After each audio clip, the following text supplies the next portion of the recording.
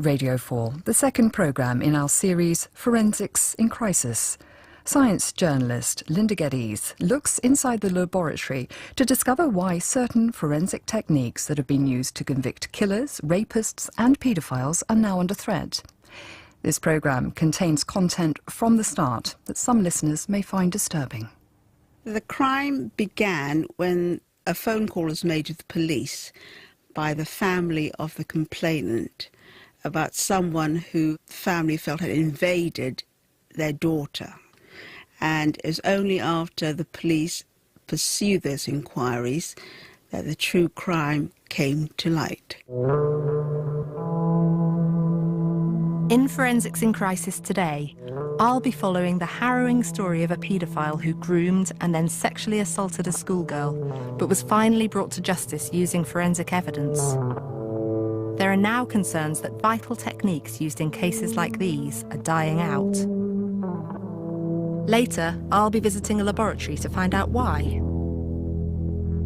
And we'll hear from leading scientists who fear that severe budget cuts, together with an increased reliance on police laboratories, could throw our criminal justice system into jeopardy.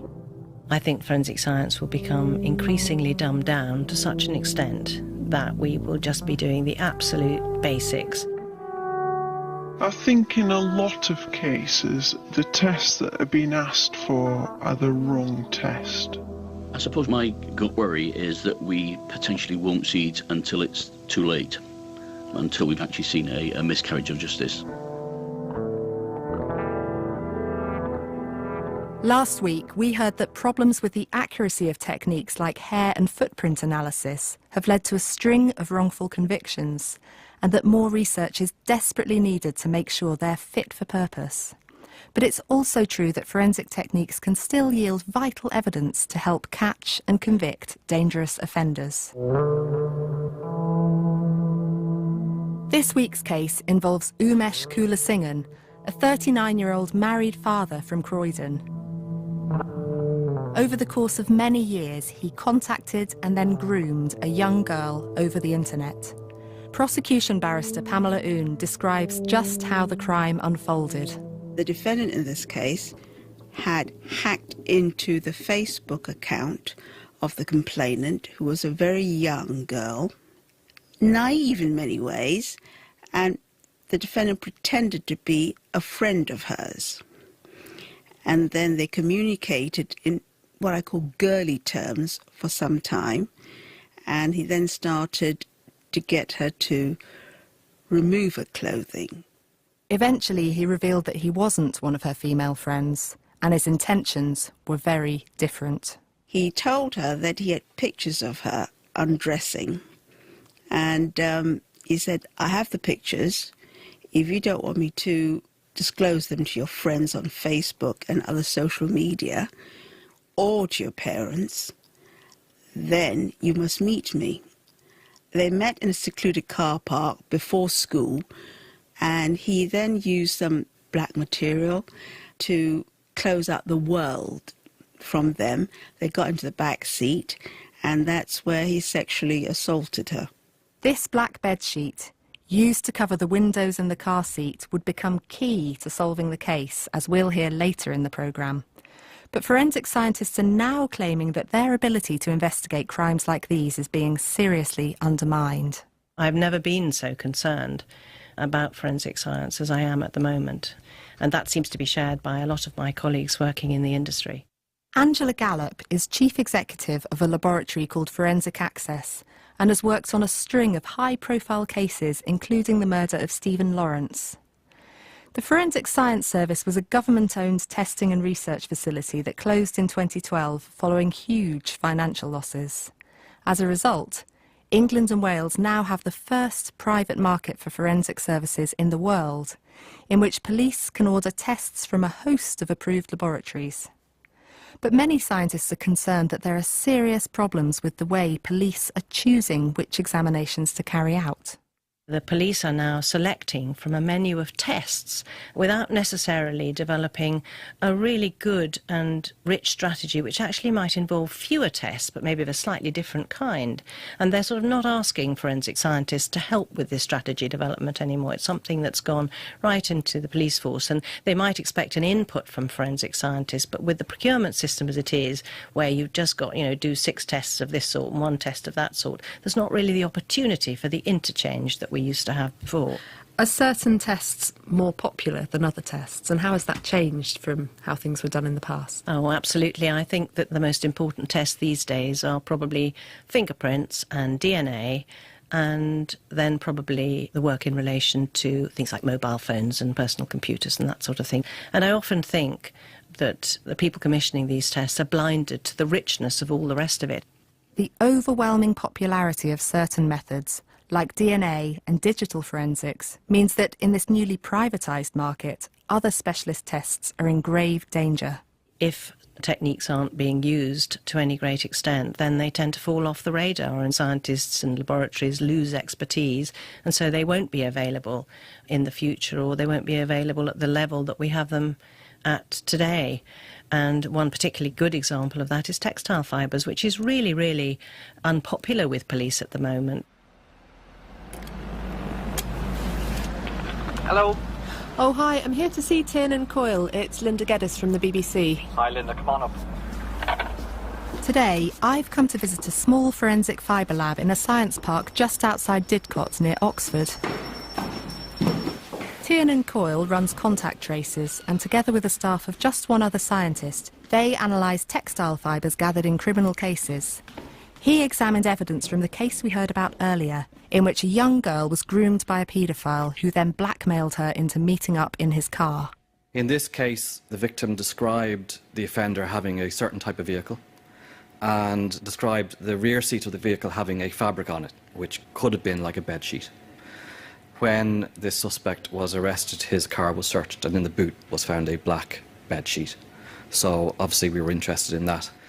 And the clothing worn by the victim, we were interested in getting that in to see if there's been an exchange of fibres between the bedsheet and the clothing she was wearing. We have a very strict procedure that we have to follow. The first thing is the recovery of fibres from the surfaces first. That's the most important thing. Kind of like the way if you had something come out of the tumble dryer with lots of fluff on it. You might go over it with your hand with some sellotape. That's kind of what we do, although in a more scientific way. And in this case, we had 2 scarves which were of interest to us, worn at different days by the victim, so it involved separate offences. You've got a microscope here. Have you got some similar fibres that you could show me? Yes, what this instrument does is it analyses the dyes used in the fibre, which provides us with chemical information to tell us how this particular fibre has been dyed. So in this case we used it to compare fibres from the bedsheet that we found on the victim's clothing and vice versa. So on the screen here is an image of a fibre. I'll just bring it back into focus.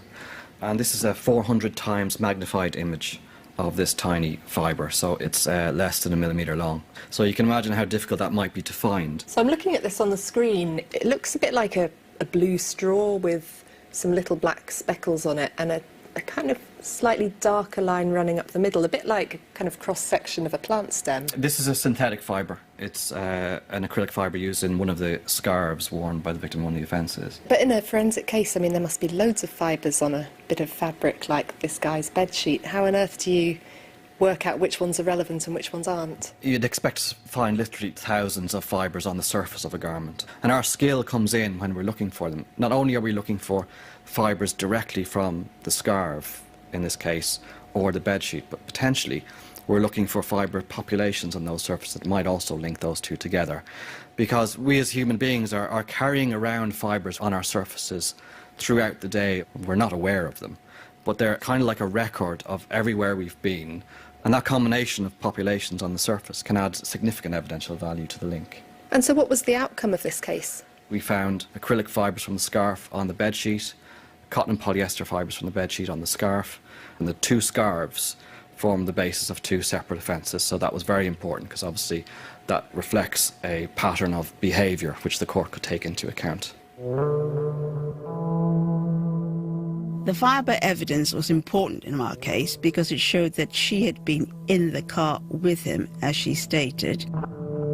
He was convicted of a number of offences. 2 of them were for sexually assaulting the complainant in this case. He was sentenced to a total of 8 years. So ultimately a successful prosecution, preventing further attacks and potentially other victims. Fibre evidence has been vital in many high-profile cases, including Damilola Taylor, Stephen Lawrence and the Soham murders. But there are widespread fears that this type of specialist testing, along with others like fire investigation and some areas of toxicology, are in danger of dying out. I'm very, very concerned about the future for forensic fibre examination, certainly in England and Wales, if not the entire country. The way things have changed over the last 5 to 7 years have basically put fibres very, very low down the priority list. Fibres cases aren't being submitted in the same way that they used to, and we are losing expertise hand over fist. We had, by my reckoning, before the Forensic Science Service closed, we had about 40 scientists in the country who would be competent to do fibre examination. I reckon now in 2015 we're down to somewhere around half a dozen. What's the reason for this drop in fibre analysts? Is it just money? One of the reasons why we've seen a fibre caseload drop over the last few years is obviously the change in the way exhibits, and when I say exhibit I mean an item of clothing which ends up in a brown paper bag. There's been a battle over who enters that bag first to get the evidence from it. It used to be forensic scientists working in forensic science laboratories. Over a long period of time, what's happened is the police essentially have won that battle. Now, a lot of it is done in-house in police force laboratories.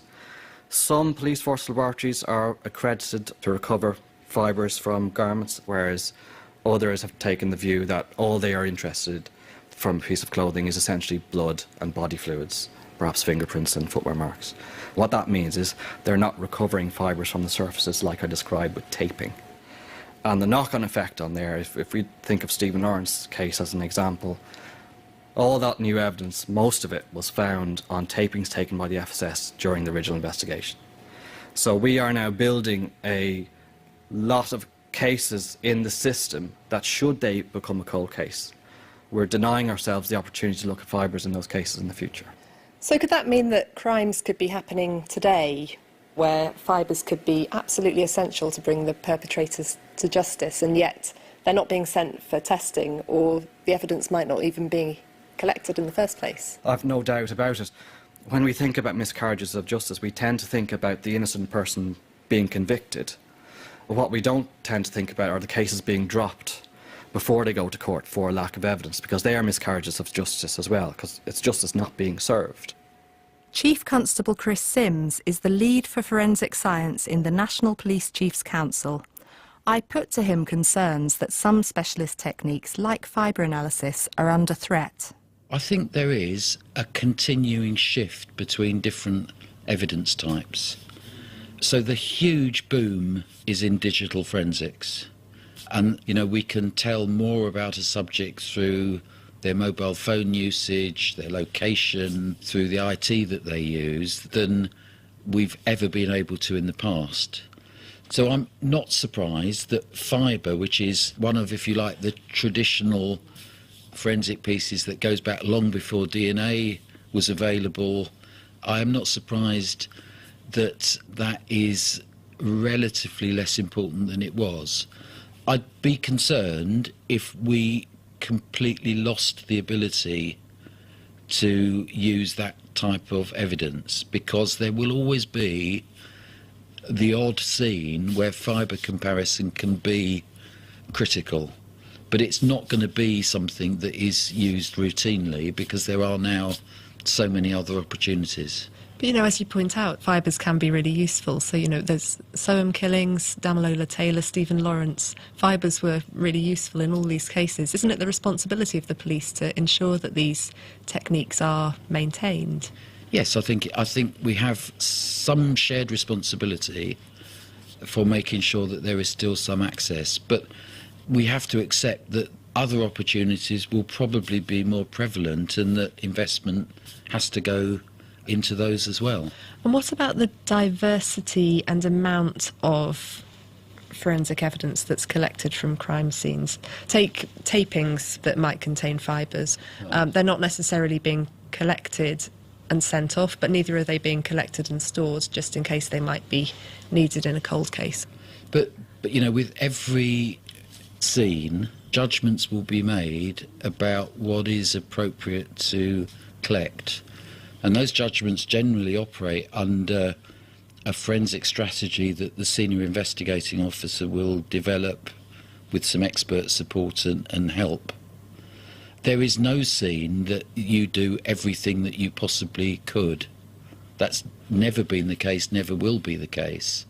Police budgets have reduced by about 20% over the lifetime of this Parliament.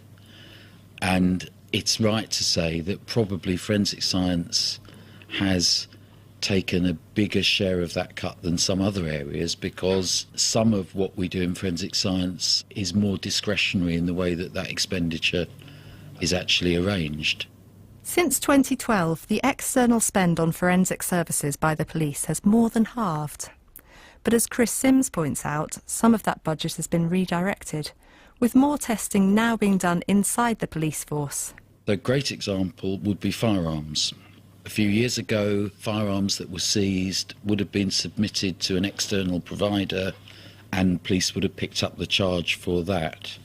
But now, of course, we have the NABIS system, which is a computer-based system that allows you to compare things like the striations on a bullet with another bullet to allow computer matches. But it's a good example, really, where the boundary between what is provisioned and managed within the police service compared to what we purchase externally continues to move. And a lot of that movement is based upon the science itself. But we've heard from an ex-police lab employee that the decisions being made are often more about money than science. Because this former police scientist fears speaking out might jeopardise his current career in a private lab, he asked to remain anonymous, so we've changed his voice. I think in a lot of cases, the tests that are being asked for are the wrong test. So it means that things are missed, things aren't done. It just means that the criminal justice system in the UK is not best served by its forensic science provision.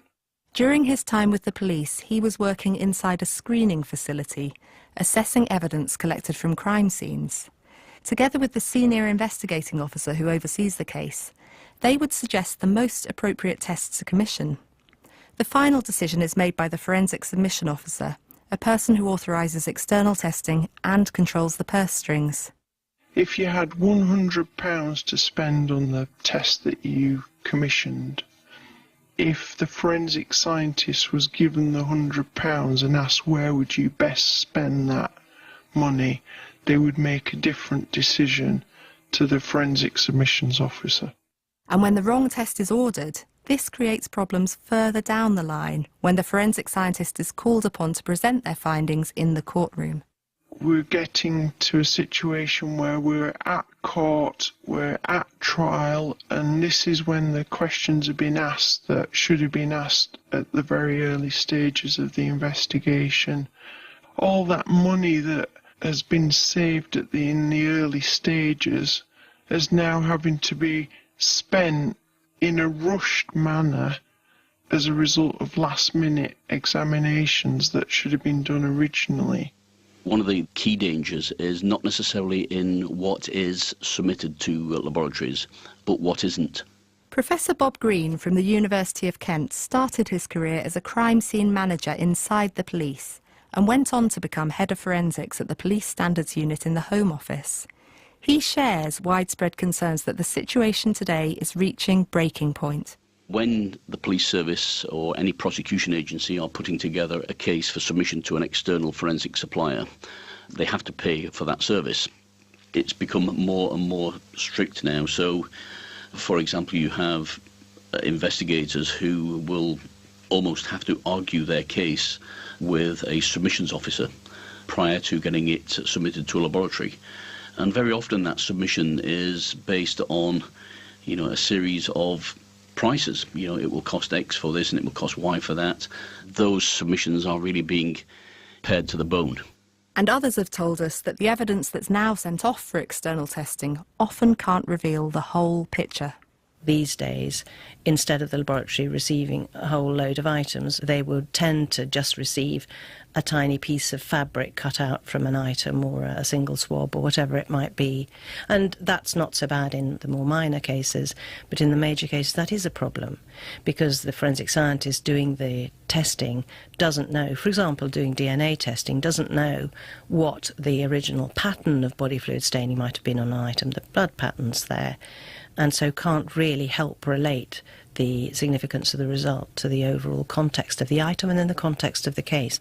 We've essentially been gagged, really, in terms of our input into the forensic science process, and what I would hate to happen is that the general public lose their faith in forensic science and they just think that we've lost all hope. I put these points to Chris Sims, forensics lead in the National Police Chiefs Council. We've heard from a lot of forensic scientists who complain that they feel that they're being shut out of the commissioning process, and previously they would have been a lot more involved in deciding which tests are done and seeing the big picture of a crime scene rather than just being asked to carry out a DNA test on a bit of fabric. Yeah, I don't think that's true. You would have to go back, I think, to a model in the 1960s where people literally turned up and did everything themselves. Such is the complexity now of scientific processes that there will always be some division of labour to get the expertise to deliver the right test. There was a recent National Audit Office report which revealed a large increase in spending on in-house forensic testing by the police. I think it was 122 million for 2014 to 2015. Do you think it's a good idea to do more testing inside police labs? I think we've got to accept that it's a dynamic line between what is dealt with in-house and what we submit for external examination. It's not really appropriate for independent scientific evidence to be generated from within an organisation which is primarily devoted to detecting criminal cases. Angela Gallop thinks that putting the police in charge of testing seriously compromises scientific objectivity. When that becomes appreciated amongst the general public, I think there'll be sort of broader concerns from that, and they will reflect the kind of concerns that the Americans had, which were expressed brilliantly in the NAS report, where they said, actually, you need to separate out public forensic laboratories from direct police or prosecution administrative control. As we heard last week, there have been a string of controversies in the United States emanating from police laboratories. This has led to calls by their National Academy of Sciences in the NAS report for a complete overhaul of the system, taking the science out of police hands. However, as Chief Constable Chris Sims describes, there are advantages to bringing the science as close to the crime scene as possible. Getting forensic science as near to the scene as possible is really important. I've used before the example of firearms. I think that's quite an important one. So I think there is a place for in-house work. Let's remind ourselves that fingerprints, which are still the most productive part of forensic science, has always been and continues to be, if you like, using this word, in-house. So, it's a bit disingenuous perhaps to sort of suddenly talk about insourcing. There has always been a balance of work that's done by police forces and work that we buy from others. Listeners might have heard about some issues with fingerprints. So there have been cases like the Shirley McKee case, the investigation into the Madrid train bombings. What work's being done to improve the way in which fingerprints are interpreted? I mean, fingerprints are coming under the same sort of accreditation processes as the rest of forensic science. So much more emphasis on peer review, objective confirmation, and of course, very much from the Scottish case that you mentioned, clarity really that a fingerprint identification is always opinion rather than fact. In the UK, The forensic science regulator, Dr. Gillian Tully, is in charge of setting quality standards. As she explains, the current accreditation system for forensic laboratories has been put in place to make sure that results are reliable. Each organisation that wants to be accredited needs to have clearly documented procedures, defined responsibilities. You have to have well-trained people. You have to have a suitable environment for them to work in with appropriate equipment. You need to have relevant review of your results, including internal audits, peer review and external audits. And you have to have a process for continuous improvement. However, whereas accreditation is compulsory for private forensic laboratories, it isn't for police labs. Well, the Forensic Science Regulator, and my predecessor set this out initially, has mandated that all laboratory analysis should be under an appropriate system of quality standards. But there is no way in law that that can be enforced on all suppliers. So, for example, police doing their own forensic work don't have to meet that standard, but the regulator has still set down that they must reach that standard and the dates by which they must reach it. The police told us they are pushing to get all of their in-house laboratories accredited as soon as possible. But according to many forensic scientists, that won't solve the problem. These accreditation systems, while they're really, really important, they don't cover everything. And the dangers with police labs, I think, are the selection of items to examine and then the level to which they're examined and whether or not they've learned all the lessons we've learned about screening items and how to do it. And then, the whole business of pulling it all together and working out what it means. Well, I think it's true that accreditation can't cover absolutely everything that could go wrong. It is a good basis to put in so that it embeds a culture of quality so that people know what the right thing to do is and how to do it and how to escalate concerns. But it can't prevent all errors happening. There's a tension between ongoing efforts to bring forensic science closer to the crime scene with rapid testing and bringing the science too close to the investigation to be objective. If forensic scientists inside police labs are given too much context about a case they're investigating, it can skew their opinions. There is potential for some bias, not intentional but unintentional bias, to creep in there, because it would be very easy from being within the police investigative machine to, for example, focus on the people that you suspect or you have a hunch may have done something. If that starts influencing the numbers of things and the kind of things you examine and the sort of tests you commission, then you can see how that's a bit of a slippery road.